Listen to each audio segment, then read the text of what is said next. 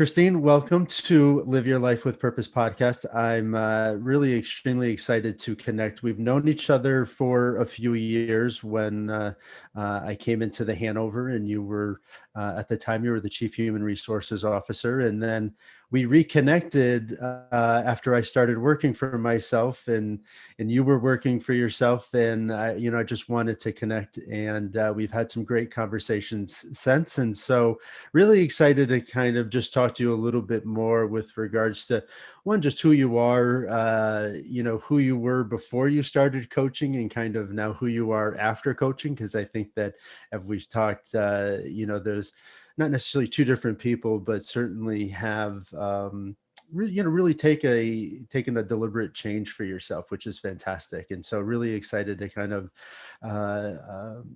talk about a lot of different topics. But one thing that I really want to talk about, a lot of people have been going through a lot this past year. And so certainly as a mom of four, right? Three boys and a girl, right? Two of them twins. What has this past year been like for you? Thank you, Scott, and thank you so much for inviting me today. I'm excited to talk with you. Well, actually, it's triplets, so don't Oh, are forget they the third triplets? one. No, Yes. I thought it was twins. I'm so sorry. Oh, that's all right. That's all right. But this year has been, I have nothing to complain about, to tell you the Yeah, truth, because there's been so many hardships this year for people that I feel blessed that we've been able to really see the highs through the pandemic, spending a lot more time together as a family. We're all in good health, knock on wood, and yeah, um, you know, business has been good. So we have not had the difficulties that some of my clients have undertaken. yeah, yeah. But the this past year for so many has been focused on just an inflection point in life, Hmm. and um, in a way, on the positive side, this was given everyone an excuse to kind of pause and take a look at what's going on and Hmm. say, okay, in my personal life, am I taking care of myself? What kind of relationships do I have in this life? Am I communicating well with the right people? Who do I miss because I can't see them? Right. Um, and then on the professional side, a lot about my career. Where is my career going? Who am I working for? Who am I working with? Is this where I Hmm. want to go, bigger picture, longer term? So, it's I do this every year now since I guess starting 2018 is when I Mm. really stopped and paused. And I always helped people put goals together for work Yeah. year after year after year. And as you know, I'm a recovering workaholic. So I had kind of, one path, which was very career focused, focused on being successful. And um, I woke up one day and realized that there's way more to life, Yeah. especially when you're living life with a more intentional purpose than, just trying to be successful. Um, What's amazing is that I talk to a lot of people who have this schedule and this routine for work, and they plan things out and they plan their weeks out.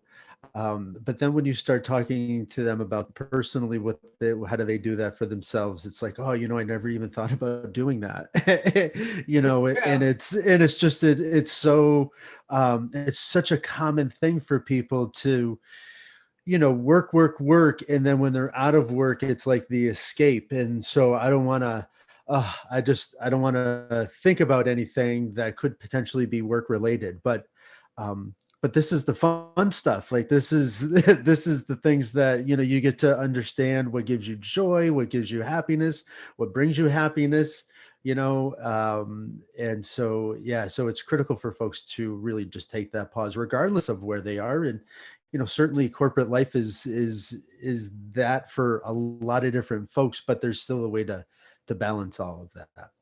Yes, I mean, each year when I sit down with my clients in January, we put the goals together.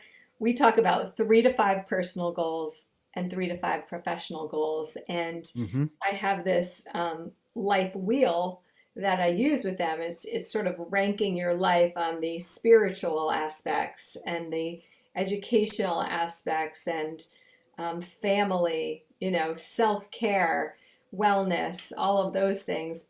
Because the one of the journeys that I went through and try to use my experience in my practice is, growing the emotional intelligence of like all of the different aspects of life Mm, and having more intention around those 8 segments that I speak about is so helpful because then, you know, thinking about you probably talk about this all the time, like what am I doing in this life anyway? Like why am I here? yes. Like, what am Like I what spending is my, the purpose yeah, what of am I this whole spending my thing? time on? Right. Right, right. It's really healthy to think about that every now and then because I use the previous year and goals as one point of the input. And then I think big picture, like what path are we on? So Mm. then what does 2021 need to look like to help me get on that path? Yeah, yeah. And so while you were in this, kind of corporate life, and you had your head down, and you were, certainly achieving a lot and moving, through an HR, kind of progression very quickly, and got to that top rank within a very short period of time. Were there parts that you look back that were a little bit neglected, probably including a little bit of yourself? But Definitely myself. Um, well, I would tell you that I think this started early with me. I was the first child, right? And I Mm, was um, constantly seeking. I was just generally very ambitious, right? That was just in my blood, and I mm, think I was constantly seeking to be, um, to have good grades and to get ahead and to be successful for whatever reason, whether I was doing this because my parents taught me to do that or I thought that was the right thing to do, or I thought that was my hmm identity. And like my dad, he worked for UTC for 38 years and then he retired and he never worked again. And that's when he started having fun. mm, And that's what I was sort of trained like, no, you work hard, you go to college, you do this, you do that. And then, oh, yeah, then you retire and you enjoy your life.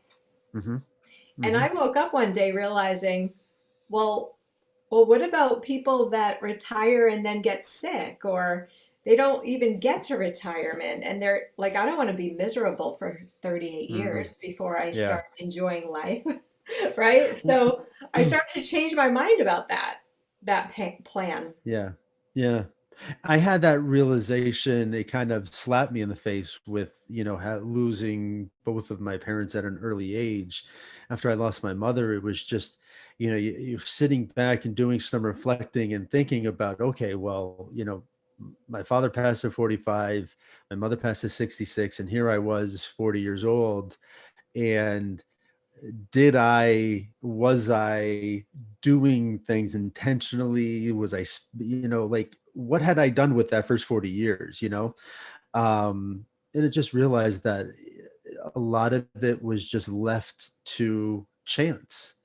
And I no longer wanted to just exist. I wanted to start understanding, when the hair on the back of my neck stood up while I was in the shower thinking about a thought, like, what was I now going to do with those things? Mhm. And you find yourself in some pretty surreal moments because you want things for yourself, but it's pretty scary to take that leap. And so having that structure and that kind of corporate feel, which is very secure, right? Like, that you do a good job, and then I can keep progressing, and then I've got all of these different things. But then to leave that behind, at that level, is certainly a very scary thing. How was that decision for you? Well, it was really scary because most people thought I was losing it or crazy, because um, again, they only knew me as the corporate working all the time, Yeah. Christine. And I think I did a pretty good job of hiding how unhappy or unfulfilled I was, and realizing that yes, maybe there's certain parts of my life that are successful, but when I really sat down and someone asked me about like my hobbies, what did I enjoy doing? And realizing that one, I had no time to do anything else, right? I Mm, was either working or spending a small amount of time with my children, which was not enough for me. sure. They and actually, this is what happened. I actually was working with an executive coach, and he had me assess my time. So Mm, he had me go through this tool where he had me look back at the month and kind of record all of the stakeholders and things that I had to do, both work wise and personally, and hmm. where I was spending all my time. And then he said, "All right, I want you to calculate, what time do you wake up in the morning? What time do you go to bed? How much time do you have? What do you want to be doing? Hmm. What should you be doing for the goals that you have in all different kinds of areas? I Add love those that. things Yeah. to the list too." But when I looked back and I saw how little time I was spending on my children, Mm, myself, my relationship, my friends, my family, things that really mattered, like giving back to the world, yeah. I was kind of horrified. I was like, what am I doing with my time?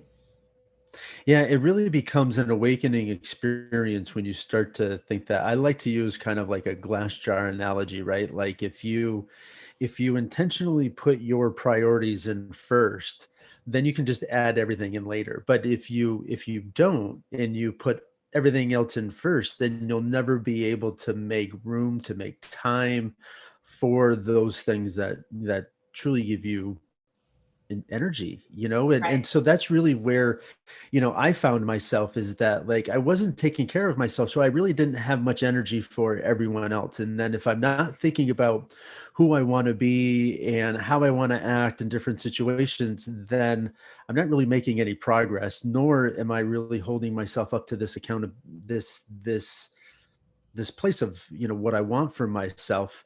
And then if I'm not writing any of this down, then I don't have the ability to then understand any of my progress right. because I can't look back. Because if I look back, just thinking about how I did, I'm going to do fantastic. I'm certainly not going to do horrible because I won't let myself kind of feel that way. And our perception of reality versus reality is often distorted. And so having that ability to kind of put those things out and define things for yourself is really is critical, like you said, and just understanding what do you want for yourself. Yes, and I totally believe that you can put boundaries on your time. So let's just say, like, the corporate world was right for me, um, Hmm. and I wanted to work there. Having those boundaries of when you work and then inserting into your calendar those times for self care Hmm. or giving back or, with your passion. Because let's face it, everybody needs to pay their mortgage also, Yeah. right? And so there's just realities of life where there's certain things you have to do, and then there's certain things you can do. And the fun thing is that taking care of yourself and spending time with family doesn't have to be mutually exclusive, right? Exactly. Like you love to go skiing, your kids are skiing, so you can take care of yourself. You can spend time on your mountain. You're there by yourself. Maybe you're listening to music, maybe you're in your thoughts, but your children are still with you. Your husband's still there. Like as a family, you can now do these things, and you start to be able to add all of these different components, which allows you to gain energy, and still fill this bucket of things that you want for yourself. I always talk to people that are in, just different stressful, in their mind, stressful situations, right? They have a lot of work to do. They feel that they need to spend a lot of time doing that. And they don't think about self-care at all. In Mm, fact, that to them is so counterintuitive, right? They're like, I have to do all this because I have to work, and I have to work harder and harder and more and many, many, many, many hours. And it's really interesting when they start to experiment with adding even 1 hour of self-care into their day, hmm or in their week, adding a couple of hours of self-care. They kind of realize, wow, like I actually have so much more energy. I'm so much more positive. I can think clearly. I have ideas, right? Because they're giving themselves the space to have that idea. hmm And they're And like, oh wow. and I also think that sometimes we forget, we get too wrapped up in providing that we sometimes forget to teach, because as a parent, there's, you want to provide, you want to do all of these things, but then also, give your children this healthy, habit of relieving their stress. I was talking to somebody, and she was like, oh, COVID came, and I immediately wanted to protect the family, and so I just kind of hunkered down and I stopped taking care of myself a little bit. And though she had a great routine, but it stopped for a little bit. But then she was just like, oh no, let's go out, you guys can ride your bike and I'll just run behind you. And there's different things, so we need this outlet for stress, because otherwise we start to behave in a way that we don't really enjoy. It's not really who we want to be. And so if we don't have an outlet for stress, just right, finding something that gives you some joy, right? And then having sometimes your kids will follow it. More than likely they have some semblance of your personality. So if you enjoy it, they may enjoy it as well. And now you're helping teach them to have an outlet for themselves and for their stress.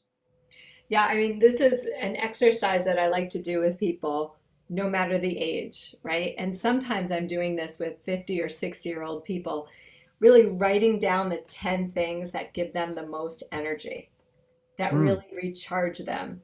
Like reminding them that, oh yeah, I do like yoga, or I do like reading books. I do like yeah. spending time with friends, because they've kind of given those things up. Mhm. And once they start realizing, okay, these are the things, like these are the examples, like massage therapy. There are people that really like they get so much energy and Mhm. relaxation out of a massage or a yoga class or going for a run or reading a book by themselves. Um, Other times it's like music and art, like people that have that artistic Mhm. gene in them. And there are people that have really shut that off, but that is such a revitalizer for them. Yeah. And, again, the more they do it, the more they love it and the better they are, and the better that they are then at other things. So it's really fascinating. And I think that, people just talk about naturally, when they talk about stress, relief, it's always going to a place of like physical fitness, right? Go for a walk, go for a hike, all of those different things, which are fantastic. But for some people, some of that comes with just what you were saying, right? Like reading a book, spending some downtime, or maybe doing some writing, or uh, whatever it might be. But I think that's a great point to make, is just that we're all unique and we're all different. So what we're going to find for ourselves that give us energy is going to be completely different. So don't follow somebody else, follow, what gives you energy. Yeah, and also it's nice to ask other people about that too, because they give you ideas and then you can Yeah. experiment with those. For example, through the pandemic, what I also realized is like I'm a birder, but I never knew that, Mm. right? Hmm. So I'm not going to tell you I could name all the birds or listen to every sound and tell you what kind Yeah. of bird it is. I do have a friend that can do that. It's really impressive. But I was able to go on a hike with him and some other birders Mm. and kind of observe them watching the birds and learning about it. And it was like a whole new world opened up for me.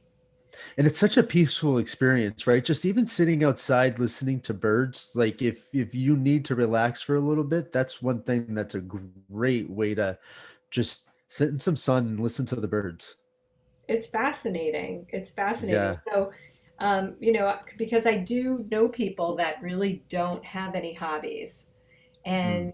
And when I ask them, it kind of throws them off, right? Because they're like, what do you mean? Like, what's my hobby? In fact, I was having this conversation recently with a woman who she's a stay-at-home mom, or she was for 18 years. And she said that every time she went to a party, the first thing that people would ask her is, so what do you do for a living? Right? Because that's Right? the definition of who we are as an individual. Right. And I know, by the way, in Europe, that's like the last question that they would Well, ask. because realistically, right, we're so much more than the position that we hold. But that's where kind of the American thing is like, oh, let me immediately put you into this place so that I know how to, maybe treat you or what respect to give you or anything like that. It's Which yeah. subconsciously I think is why people do work so much, Exactly, right? because It's nobody wants to feel a certain way based on what we do, but maybe we enjoy what we do, and we're not obsessed with something else that somebody else is, and that's fine. It's just, right. yeah, To each their yeah, own, as long as it's intentional, right? exactly, Right. And exactly. so, you know, I love the title of this podcast because when I think about living life with purpose, I think it's all about with intention, you know, where are Hmm. you going? Why are you doing this? And it's so close for me, the breakthrough really happened when I started thinking about what my gifts were, Yeah. you know, like and I try that with a lot of my career transition clients or career management clients. It's like it's that whole like bigger question of what do you want to do when you grow up? It's kind of like really understanding what are your strengths and gifts. And Hmm. when you're giving those back to the world and other people need exactly what you're giving, right? Because I that's love it. who you are, what you do. That's like where the magic happens. It's such where the magic happens, and I appreciate you saying that because that's exactly why I started this. I always felt like, we all have something inside of us that is special. And I believe that each and every single one of us has something special inside of us to give to this world. Um, Everyone has a hard life. Everyone has things that are very difficult for them that they have to deal with. Others have certainly a lot more, adversity and a lot more things that they've had to overcome. But being able to overcome them, makes you into this individual that now you're supposed to, kind of present to the world. And I really feel like we're supposed to understand that for ourselves so that we can really help everyone, that we can really, just give that to other people so that they can find their thing and give that to others. And the more that we do that, the less we're focused on what somebody else is doing. There's no jealousy of what somebody else has, because you're still focused on the things that give you joy.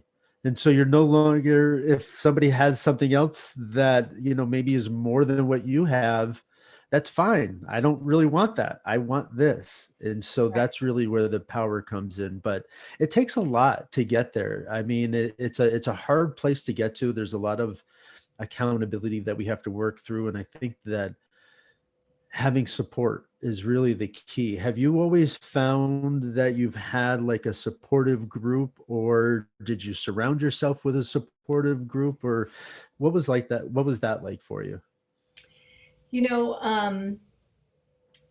I would say that when I made a transition to becoming a coach and having my own business, I really had to create my own support system Yeah. Yeah. because everybody in my world was, or, you know, they were my support system in kind of the corporate world, right? But I had to recreate it. And I also realized that I was missing so much support that I could have had Mm, even before.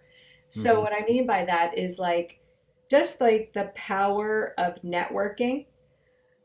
I find that when you, again, when you're living life with purpose and you're doing things that you love or you have an interest and a passion in, you tend to meet people with those similar passions. Or if you aren't meeting those people, go find them, Yeah, yeah. right? Because Well, there is a because whole world out there. the energy attracts, this world is made up of energy, and that energy just, attracts. And there's going to be lots of different opportunities. There's going to be lots of different things that come in and out of your life, but it's for you to explore that path and see whether or not it's bringing you towards exactly what you want. But if you don't know, I think that that's often in times where people get a lot are frustrated, right? Because we don't know what those steps are. We don't know exactly what we want for our end game. And when we don't know what we want for our end game, it's really hard to put things in place in order to get there. And that end game may change. That end game may evolve as you continue to evolve. But you have to start somewhere, right? Like, in do you help people with trying to define that end game? Yeah, I mean, it sometimes it's a really quick conversation because they have like their life goal written down and they're like, "Let me just read it to you," right? And other times it's like a step by step process, and I think it does really start to the point of self care earlier. It does really start with um, that mindfulness about who you are, who you want to be, what you enjoy doing, what your strengths are, what frustrates you, what don't Hmm. you enjoy, right? So, a lot of times early in my coaching relationships or my relationships with anyone, it's kind of like working through some of that. And sometimes Yeah. that's really the assignment, that I'm working with someone on is like helping them peel that apart and helping them like just get really clear on Hmm. who they are and want to be and what they want to do next. And then we can go through all the options because there's always options, right? There's always options. Yeah, there's always a kind of an avenue to choose, and that's the fun part about it. That I think, um, as adults, we often get very uh, uh, we're afraid to try new things and take a first step. Me, for myself, starting this podcast, it was, something that I had thought about, but I kind of put it off for a little while. And then once I did, it was like the second step is so much easier. But trying new things, having that exploration, we all have it as a kid, right? We're finding out what we like, what we don't like, but we kind of lose that a little bit as adults. And I think that it's important to do that. What type of, other than skiing, what type of fun stuff do you like to do for yourself? So, it's funny. I could walk in previously to any like boardroom and have a conversation. Didn't matter to me what level anybody was, Yeah. all levels. But when it came to like personal life, like walking into like the tennis club and talking to someone or joining a team or something, like I didn't realize how much I missed Mm, being on the team, right? Like mm, competing in sports in a fun way, right? yeah. And so I've taken up tennis and golf as well. Excellent. And I'm always looking for the next thing. Yeah. So, and I just joined the Rotary here in my town. And it's just what I realize is there's this like amazing community that I live in that I haven't really completely fully engaged or had the opportunity to meet these amazing people. I cannot believe I've been living here for 14 years and I'm Yeah. just like uncovering all this kind of specialness right here, like a mile or two away from me. Hmm. Hmm. Yeah, no, that's it's nice to be able to have some of that time to free up to do some of that and intentionally spend your time, where you want to. One other thing before, I know we've got just a couple of minutes, but I wanted to just talk to you also about um, uh, just some other things. I know that you are big into nutrition. I know you do a lot of yoga. I love yoga myself. As far as nutrition, I, I think that you also coach folks. I mean, how do you help folks with, just with that nutrition piece? Because it's amazing what happens and how you feel when you start paying attention to what you eat as well. Yes.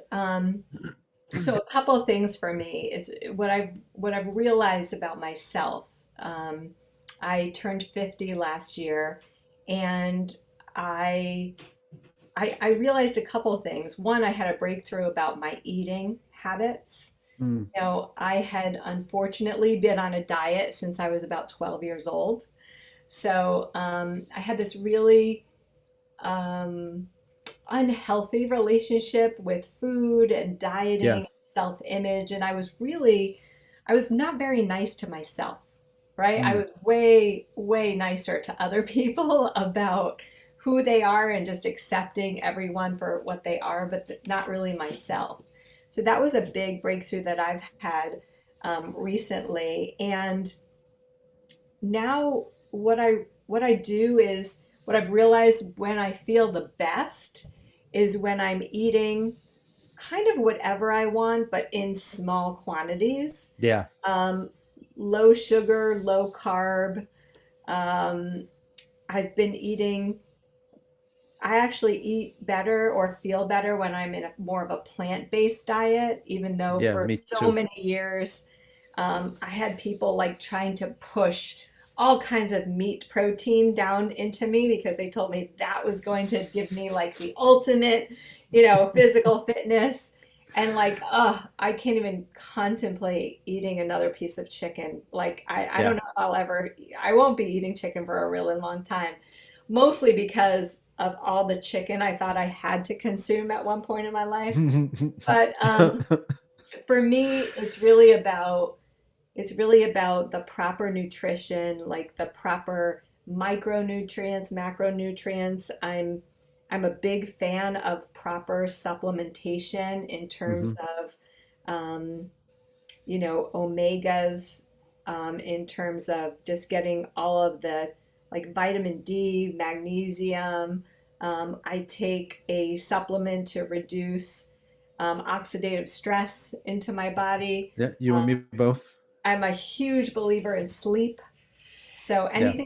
anything that's natural to help me sleep better is a really good thing because if I get less than 7 hours of sleep consistently, I'm kind of a nightmare, Mm. both Yeah. No, personally it's and to others. But when I can sleep, I'm a rock star and everybody wants to hang out with me. So that's great. um, it's amazing what sleep does for my body. I know some people can live off like many less hours than I can. But Hmm. like it's all about like I do a lot of meditation. I like to really think about like what am I feeling right now? Yeah. Sometimes I need like something crunchy to eat, sometimes I need something sweet, and I just try not to go overboard. Yeah, it's just all about being mindful with everything. It Yes. doesn't have to, it doesn't Yes. have to end. And so I love that. I think that this is probably a great time for us to wrap things up. And so really, I appreciate you taking time to come on. Again, every conversation that we have, I always enjoy, and we have some similar viewpoints on a lot of things, which we could make. We probably could have got off on 4 other different topics if we had the time. So until I'd the love to next come time, back. Let's keep talking. yes, absolutely. Well, listen, thank you so much, and we will talk soon. Thank you for everything, Scott. Take care. Bye now. Bye.